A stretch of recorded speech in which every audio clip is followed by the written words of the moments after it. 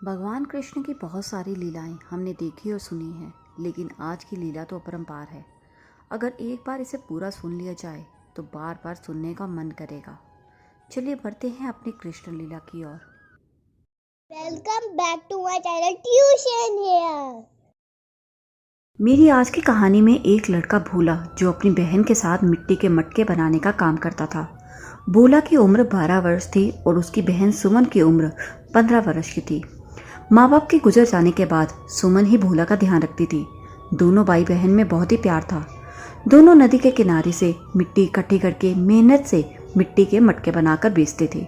दिन में 2-3 मटके बिक जाने पर जो पैसे मिलते थे उसी से उनके घर का गुजारा चलता था। एक दिन भोला गहरी नींद में सो रहा था और सुबह के लगभग 7 बजे वह हड़बड़ाकर उठा और भागकर अपने घर के बाहर जाकर मटके गिनने लगा। ये देख उसकी बहन सुमन भी उसके पीछे पीछे बाहर भागी और पूछा कि क्या बात है भोला, तुम इतने परेशान क्यों हो। भोला बहुत ही लड़खड़ाती आवाज़ में बोला, दीदी अभी अभी एक लड़का जो कि मेरी उम्र का ही था मुझसे 20 मटके लेकर गया है और कहने लगा कि ये मटके मुझे बहुत ज़रूरी चाहिए। और बताऊं, उसने मुझे ये भी कहा कि मुझसे गलती से गांव की कुछ औरतों के मटके टूट गए हैं और ये मटके मैं उन्हें जल्दी से देकर आता हूँ, नहीं तो वे मेरी मैया से मेरी शिकायत लगा देंगी। और दीदी वे मुझसे ये भी कह रहा था कि मैं तुझे इन मटकों के पैसे 1 घंटे में दे दूंगा, पर वे अभी तक नहीं आया। तभी उसकी बहन सुमन बोली, भोला तुमने कोई सपना देखा होगा, हमारी मटकियाँ तो पूरी है। लेकिन भोला अपनी बात से टस से मस ना हुआ और बार बार यही बात बोलता रहा कि उसने मेरे 40 रुपए देने हैं। सुमन ने उसे बहुत समझाया पर भोला ना माना। यहाँ तक कि उस दिन उसने खाना भी नहीं खाया और बार बार दरवाजे की ओर जाकर देखता रहा। जब सुमन उसे समझा समझा कर थक गई तो उसने भोला से पूछा, चलो ये बताओ कि वे दिखने में कैसा है। तभी भोला ने जल्दी से एक मटके के ऊपर कोयले से एक चित्र बनाकर अपनी बहन को दिखाया और वे चित्र देखकर सुमन आश्चर्यचकित रह गई कि संसार में इतना सुंदर भी कोई हो सकता है। लेकिन वे कुछ ना बोली और भोला से कहने लगी, चलो एक दिन इंतजार कर लेते हैं, शायद आ जाए। पर भोला इधर जाता उधर जाता कुछ ना कुछ बोलता ही जा रहा था। भोला को तो इतना गुस्सा आ रहा था कि उसने सोचा कि कहीं मैं उसकी शक्ल ना भूल जाऊं, तो उसने जल्दी से हर मटकी के ऊपर उसका चित्र बनाना शुरू कर दिया। शाम को कुछ लोग भोला के घर के पास से गुजरे और जैसे ही उन्होंने मटकी के ऊपर इतना सुंदर चित्र देखा तो उनका मन किया कि वे ये मटका अपने घर ले जाए। अब धीरे धीरे भोला के सभी मटके बिक गए। अब भोला सोचने लगा कि कहीं वे उसकी शक्ल भूल ना जाए, तो उसने अपने घर के दीवार के ऊपर ही वे चित्र बना दिया। लेकिन रात को बारिश आने की वजह से वे तस्वीर मिट गई और सुबह जब दीवार पर उसने वे तस्वीर ना पाई तो वे बौखला गया। तब उसने अपने आसपास के घरों पर कोयले से उसी बालक की तस्वीर बना दी। जब आसपास के लोगों ने उससे पूछा तो उसने कहा कि इस बालक ने मेरे 40 रुपए दे दिए हैं, कहीं इसकी मैं शक्ल ना भूल जाऊं, इसलिए मैं इसकी तस्वीर बना रहा हूं। और भोला ने सबसे ये भी कह दिया, अगर आप सब में से किसी को भी ये दिखे तो मेरे पास लेकर आना ताकि मैं इससे अपने पैसे ले सकूं। अब उसने रोज मटकों के ऊपर उस बालक का चित्र बनाना शुरू कर दिया और लोगों को वे मटके बहुत पसंद आने लगे और वे उससे खरीदने लगे।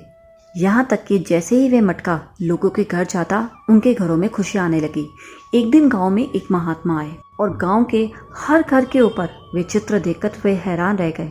जब वे भोला के घर के सामने पहुंचे तब सभी मटकियों के ऊपर उस बालक का चित्र देखकर उनसे रहा ना गया और वे बोले, ठाकुर जी के इस चित्र ने तो पूरे गाँव का माहौल बहुत सुंदर कर रहा है। हर घर में ठाकुर जी की तस्वीर है। भोला ने जैसे ही ये बात सुनी वे भागता हुआ महात्मा जी के पास आया और पूछने लगा, क्या आप इस लड़के को जानते हो। तभी महात्मा जी ने कहा, हाँ क्यों नहीं। भोला की खुशी का तो ठिकाना नहीं रहा। तभी वह महात्मा जी से जिद करने लगा कि आप जल्दी से मुझे बताइए कि लड़का कहाँ रहता है। इसने मुझसे 20 मटके उधार लिए थे और अभी तक इसने मेरे 40 रुपये वापस नहीं किए। ये बात सुनकर महात्मा जी हैरान रह गए और बोले, ये क्या कह रहे हो। इतने में भोला महात्मा जी से जिद करने लगा कि आप मेरे साथ चलो और मुझे बताओ कि ये कहाँ रहता है। अब महात्मा जी को कुछ भी समझ नहीं आ रहा था, लेकिन भोला की मासूमियत और जिद को देखकर उसके साथ चल पड़े और एक जगह जाकर खड़े हो गए। फिर सामने मंदिर की ओर इशारा करते हुए ठाकुर जी को दिखाते हुए कहने लगे, ये देखो, ये है वे बालक जिसके बारे में तुम मुझसे पूछ रहे थे। अब भोला भागकर मंदिर के अंदर गया और उस मूर्ति के आगे जाकर कमर के ऊपर हाथ रखकर आंखों को मटकाता हुआ कहने लगा, अरे यहाँ तो बड़े आराम से खड़े हो, लाओ मेरे 40 रुपए, लेकिन भगवान तो मन मन मुस्कुरा रहे थे। अब कान्हा जी की प्यारी सी भोली सी शक्ल देखकर उसका गुस्सा कुछ शांत हो चुका था। अब भोला वाकई में भोला निकला। अब वे कान्हा जी से कहने लगा, चलो ठीक है, अगर तुम्हें 40 रुपये ज़्यादा लग रहे हैं तो मैं तुम्हारे 2 रुपये कम कर देता हूँ, पर मेरे पैसे वापस कर दो। लेकिन कान्हा जी की मूरत तो उसका भोलापन देख रही थी। भोला फिर से बोला, देखो अब मैंने तो तुम्हारे 2 रुपये कम भी कर दिए हैं। अब अगर तुमने मेरे पैसे नहीं दिए तो मैं यहाँ से नहीं जाऊँगा। तभी अचानक से पीछे से एक सफाई कर्मचारी आया और कहने लगा, बेटा मुझे सफाई करते समय मंदिर में से एक 40 रुपये मिले हैं और मैंने पूरे मंदिर का चक्कर लगा लिया, मुझे तो कोई नहीं दिखा, बस तुम ही दिखे हो। क्या ये 40 रुपये तुम्हारे हैं? भोला ने झट से वे 40 रुपये छीन लिए और कहने लगा, हाँ हाँ ये मेरे ही हैं। और कहने लगा, मुझे पता है ये 40 रुपये तुमने ही भेजे हैं। मुझे ये भी पता है कि तुम्हें मेरे सामने आने से डर लग रहा होगा, इसलिए तुमने इसके हाथ ये पैसे भेजे हैं। चलो कोई बात नहीं, आगे से जब मटकी लो तो पैसे साथ के साथ लूँगा। अब ये पैसे लेकर मंदिर के बाहर आया और महात्मा जी से कहने लगा, देखिए ले आया मैं अपने 40 रुपये। अब भोला की मुट्ठी में पैसे देखकर महात्मा जी भी हैरान रह गए। अब प्रभु की लीला को देखकर मंद मंद मुस्कुराने लगे। अब आप ये सोच रहे होंगे, कान्हा जी ने तो उससे कोई मटके नहीं लिए थे, तो भोला कान्हा जी का चित्र बनाकर ये क्यों कह रहा था कि इस बालक ने मुझे 40 रुपये देने हैं? चलिए अब मैं आपको बताती हूँ। ये कर्ज था पिछले जन्म का। पिछले जन्म में भोला मंदिर के बाहर फूलों की माला बनाकर बेचता था और मंदिर में रोज भोला की बनाई हुई माला ही प्रभु को चढ़ाई जाती थी। माला के पैसे मंदिर के चढ़ावे से भोला को दिए जाते थे, लेकिन कुछ दिनों से मंदिर का चढ़ावा कम चढ़ रहा था, इस वजह से उसे माला के पैसे नहीं मिल पा रहे थे। कुछ दिनों के बाद भोला बीमार पड़ गया और उसकी मृत्यु हो गई। अब ठाकुर जी पर उसके पैसों का उधार रह गया और इस जन्म में ठाकुर जी उसे वे पैसे वापस करने आए थे। अब आप भी समझ गए होंगे, चाहे भगवान हो चाहे इंसान, अगर किसी से भी पैसे उधार लिए हैं तो उसे चुकाने ही पड़ते हैं, चाहे वे इस जन्म में चुकाए चाहे अगले जन्म में। इसलिए कोशिश यही करनी चाहिए कि किसी का उधार न रह जाए।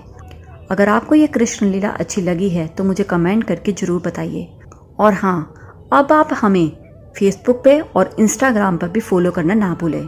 और अगर आपने मेरे चैनल को अभी तक सब्सक्राइब नहीं कर रखा है तो कर लीजिए, ताकि मेरी वीडियोस की नोटिफिकेशन आप तक आती रहे।